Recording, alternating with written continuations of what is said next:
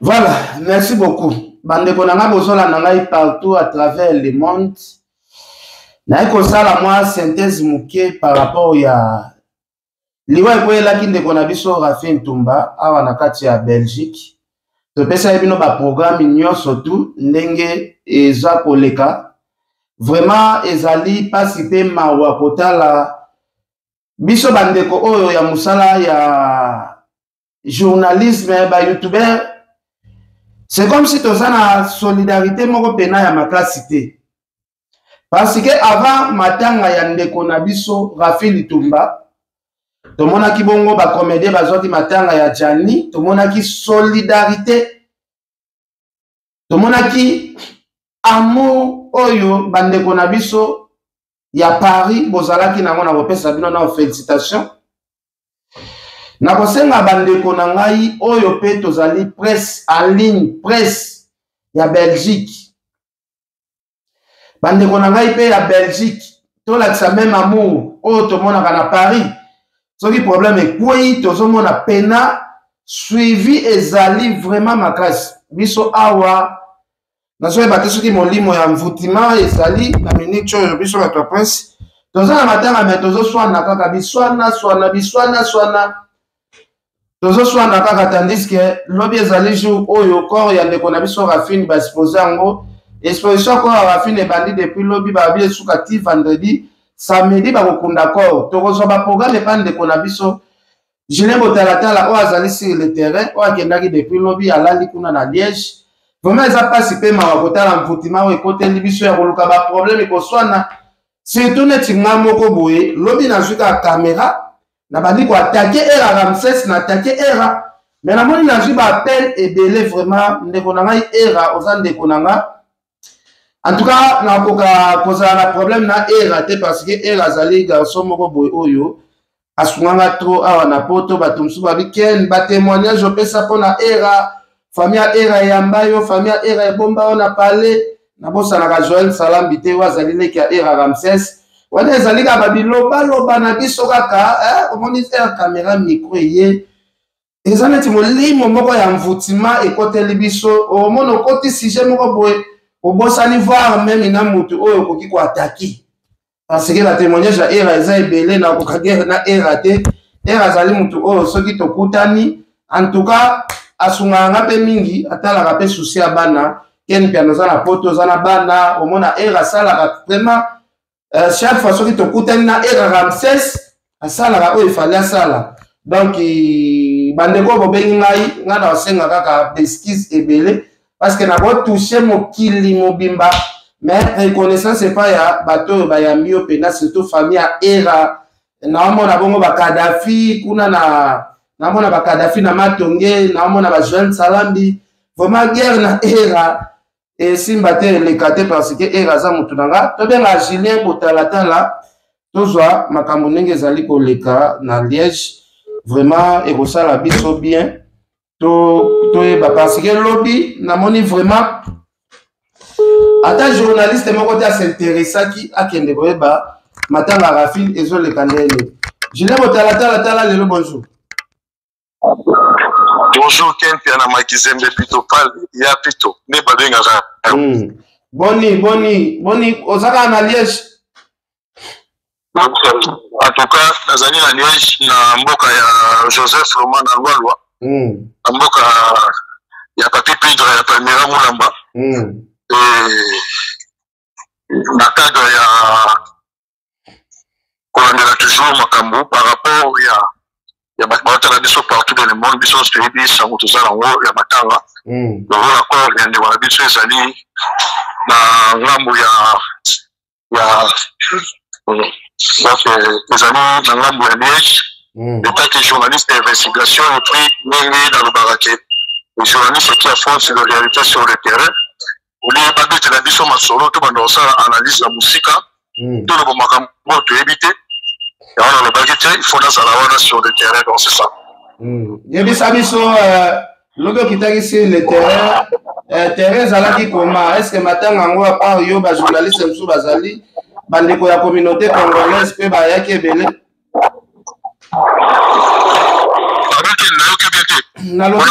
à part présence na yo na musala na biso, est-ce que bandeko mosusu pe ya musala na biso bazali kuna? En tout cas, si faut qu'on va bien, l'information m'a fait ça qu'il y a la funéraille à Madame Dumont, il y a un journaliste avec tout aussi, faut qu'on va bien. Mais bandeko mosusu bayaki wana, bandeko bayaki wana ko ba ke, mingi ezalaki wana bandeko ya association,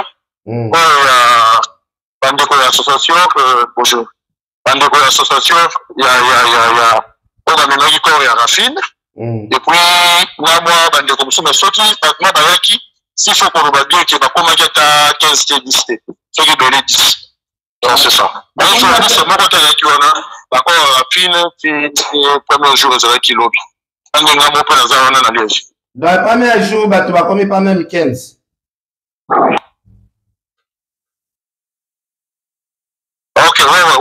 Le premier jour, tu vas quitter. Donc c'est ça qui est le mieux. Ok, alors, Julien Botatala, est-ce que ça lit par manque d'information ou tu vas bien que quand il y a des connaissances déjà, mais tu vas s'intéresser vraiment.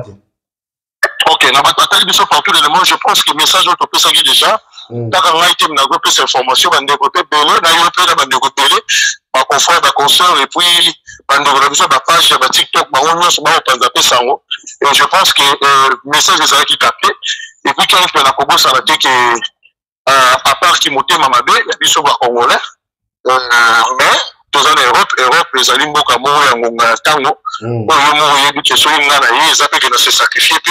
Na se privé que le makambo susu niveau de bateke ndenge par exemple que ngai na ye ngai na l'équipe à niveau musu pe na souci makasi ya Rafine Tumba et ça par rapport à temps mais dans le premier jour nous fallait là que ça auto baka bien que ça concurrence mais moi puissance moi image moko malamu bana kisake to na ndeko na biso on savait que bandeko mususu pe na okaki ba message que bandeko mususu pe ba ko se préparer mini vraiment baza pe vraiment moi libanda ya mwana mwana qui ça qui aime sous premier jour d'accord pour moi qui exposition encore pour moi qui bat baya qui mais il y a autre chose à ma raison makasi vraiment mini te. Est-ce que place Sébastien Rafine eza musika ya da peut-être batumsusu to golo ba pe absence batumsusu eza par rapport à distance quel kana makizembe esika ndeko na yo za musika za raté. On a dit quelqu'un là. Yo ofandi na Kishasa osomi lopango na nzela ba kitambo. Osomi na nzela ya kitambo, osomi lopango na nzela ya pasele kuna mamunyoso sadike biso no soto za kita kote wana. Quand on osomi ba pasele na biso ba sele ba kikole biso so de sadike pour on attaquer.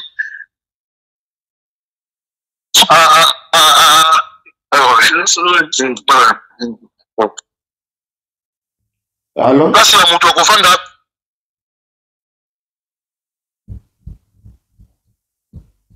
Alors, ok. Alors, toujours sur la vaca, Boebi, Lengue. Ouais. Là, actuellement, là, le gouvernement. Comme on mettre solo. Mettre solo. On dit que mettre solo en direct. Nazana mettre solo. Aïe, si on y a papa et Rafine, papa et moi, Rafine Tumba. Donc, nous avons dans ça, on dit que nous avons le Tongo. Joseph Roman à loi. Aïe, si on y a un total, nous avons Azola, nous avons un si on a la bonne kimia. Tu as mon ami sur la tigre qui m'a mis Mikel n'a dit que papa et moi, Rafine Tumba. Ben, papa, moi, Rafine Tumba. Est-ce que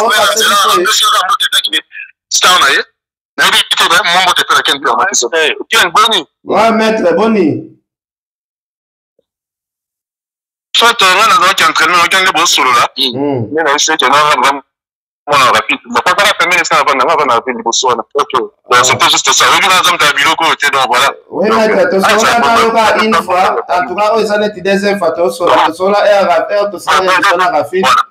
Tu sais, en tout cas, tu as sur la soute. Bon, il y a que ça là, il y a déjà. Il y a une zone tout c'est bien, la zone moi là. Il y a mon info protégé, pas le plan infantil. Non, il y a pas. Ok, oh Jésus. La place, vous avez mon Rafine.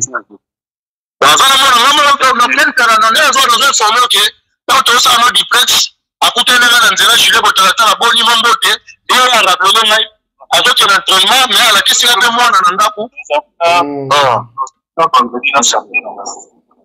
ok, on va pour assister. Moi, naza bien. Moi, naza bien. Moi,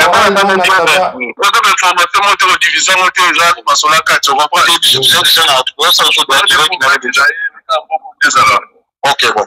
Quand par hasard, on a un solo, on a bien la monnaie.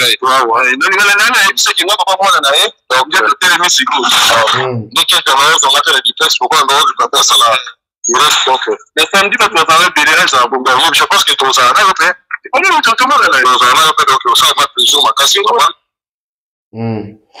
voilà, wana boutuka papa ya mwana Rafine oyo papa mwana Rafine oyo bato nyonso bozoluka boyeba Rafine bana position ndenge nini papa ya mwana oyo ya Rafine ya muke ye wana azalaki sango ya matanga ekutaki azalaki na Kinshasa na minute oyo esalika ya plaisir aza deja awa donc nasenga bandeko na ngai nabike poto ba semaine boye chaque moto aza na engagement bato bakenda mosala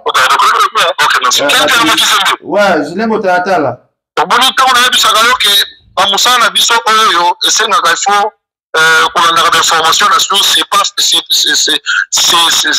pas facile mais c'est facile soko comprendre le mosala ezalelaka okomprendre donc maître solo na baye oyo balandi biso bacomprendre ke maître solo tokutanaki na nzela kaka lokola fan botalatala mpona mona ome ayebaki naza osala deja nayebisaki ke naza na interview na telefone nomonaki mekaya mpe kusolo wana ye wana mais c'est l'explication na nani mpe tosololi mpo akangaki son ayebisinaki ya kozala epui eza na makambo mosusu oyo il faut aloba par rapport nango donc c'est ça. Voilà, alors température morale ya maître eza calme parce que bato mosusu baloba corps ya mama ya mwana eza nano exposé yakei sport mpona bato bakomisa yango neti mwa polémique oloba nini?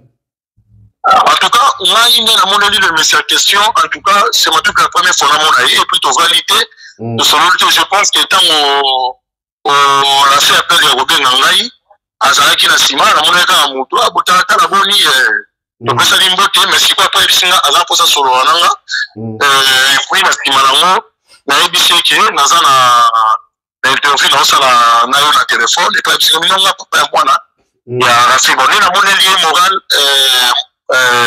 moral eza normal epuis ayebisinga alobi aza na souci ya mwana na ye epuis aza na souci ya mwana na ye akolinga te ke ambwema esala lokola ekota par rapport ya mwana epuis afa protéger mwana epuis ake physique epuis tozala na ye mpe na matanga po mpe arendre mama ya mwana na ye bahommage lelo programme eza nde nini tozala na lelo jeudi dans quelques programme tout le monde a dit yango programme ezaka te ke ngai botalata na opesa baka game super opposé nga na bato so azwi biso lelo non sur place oza sur le terrain pesa biso na programme ya lelo mpona bato mosusu bana besoin baya peut-être visite ya hotel accord po oncle Patrick Amisika osenga nga programme po aza na besoin aya kuna po Rafine mpe naya na ye deja awa lalaka awa bayebi ye na ndako oyo bana besoin baya matanga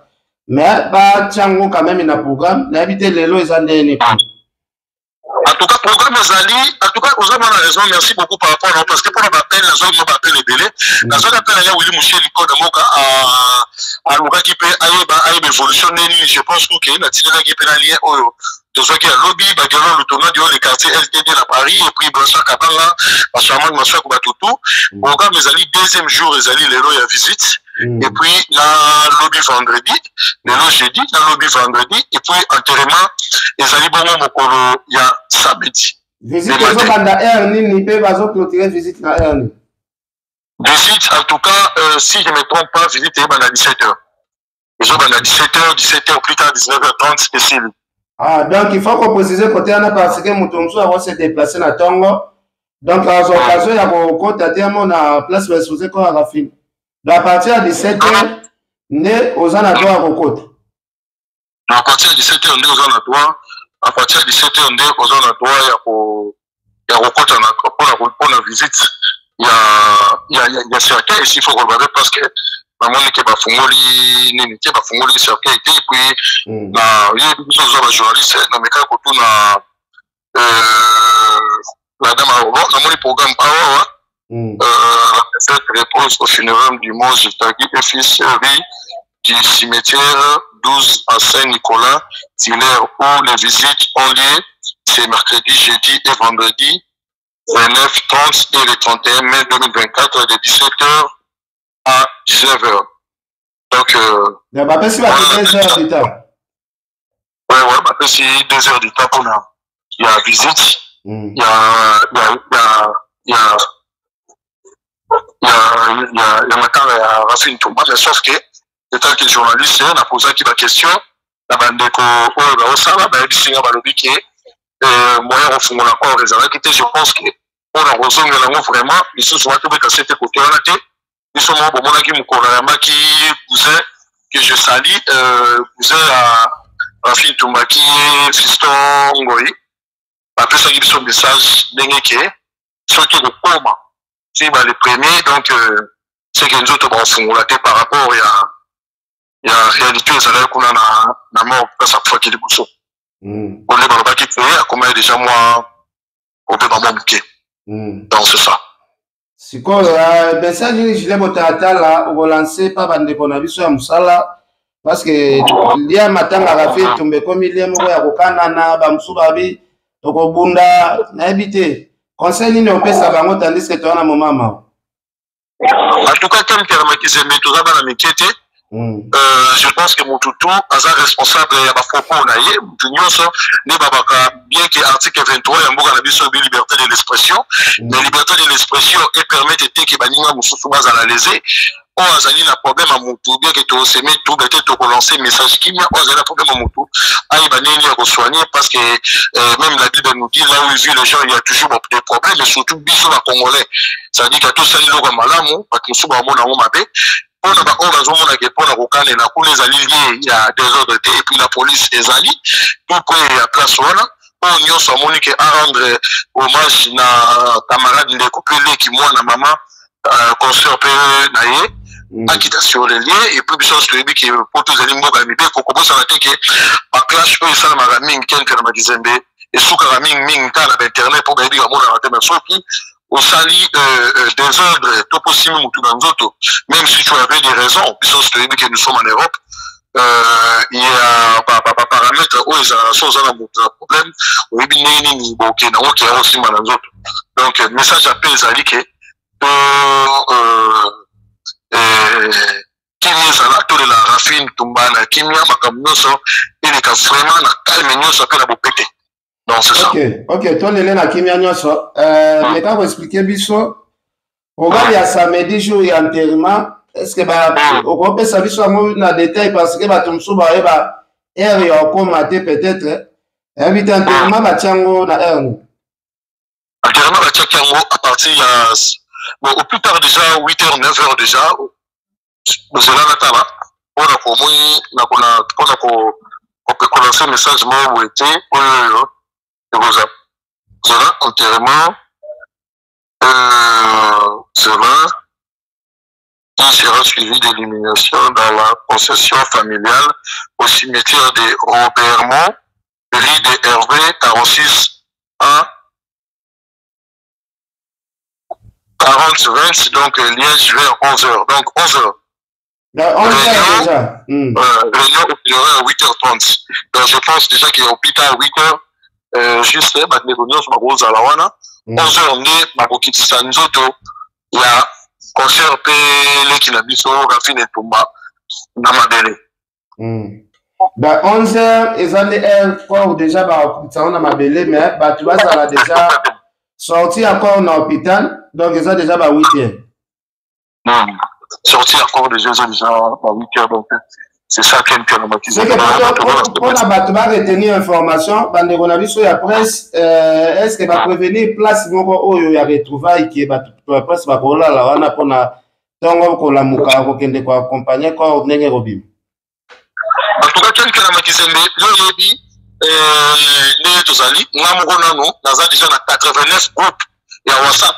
Ok, côté politique, côté musique, côté bamamouillon, ça tout ça fait la banine, mais on s'en appelle bien, on est capable de contacter, on est pour l'information, il y a yango, on est capable de soit un peu de comme si on peut savoir ma confort pour la conscience à biso, par rapport à yango, on a la salle là, nous battons pour on a biso va comprendre que la salle de la journaliste et investigation, les journalistes qui affrontent le réalité sur le terrain, et on a yoka qui n'est pas d'union sur la yoka qui information on a autant à la papier et ali oyo ndeko fiston ngoyi a publié qui et puis par rapport à musala nangai tena lingaka tana lelo nanga minde na se sacrifice qui a okita en tout cas ba position vraiment côté mususu le big comité zali et la bandeko ko tuba ko landela eza bandeko wa classe wanga bazawana ba ko langi ba leketu bandeko bele